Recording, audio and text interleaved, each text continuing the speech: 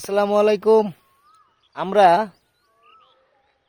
আজকের এই পহেলা বৈশাখ শুভ নববর্ষ উপলক্ষে নাতি এবং আমরা বাইক নিয়ে সেই সুদূর ঢাকা থেকে এই দুর্গাপুর এলাকায় চীনামাটির পাহাড় এবং অনেক কালার আল্লাহর মহান নিয়ামত কুদরত, যে এই মাটির মধ্যে, এই পাহাড়ের মধ্যে বিভিন্ন কালারের মাটি এইখানে হয়েছে। আল্লাহর কুদরতি এই পাহাড়, ওই যে দেখেন যে কত সুন্দর, যেন শিল্পী হাতে কাজ করে রেখে দিছে। আসলে এটা আল্লাহর কুদরতি এই পাহাড়। বাংলাদেশে আসলে এই জায়গায় চীনামাটির পাহাড় অন্য কোথাও নেই।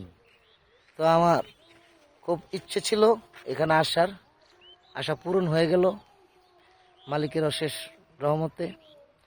তো আমরা কিছুক্ষণ পরেই আমরা ঢাকার উদ্দেশ্যে রওনা দিব। আর এই যে ঘোড়া, এই ঘোড়াকে এই পাহাড়ের উপর দিয়ে তারপরে এই ঘোড়া চালাইলাম।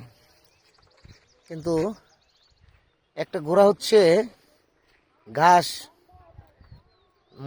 তারপর ভুসি বোট এগুলো খায়, আর আমার এই টাট্টু ঘোড়া, এই দুলদুল ঘোড়া খায় হচ্ছে অকটেন পেট্রোল। পার্থক্যটা শুধু সেই জায়গায়, এক ঘোড়া খায় ঘাস আর এই ঘোড়া খায় পেট্রোল। হ্যাঁ, শুধু এই পার্থক্য, এছাড়া অন্য কোনো পার্থক্য খুঁজে পাই না।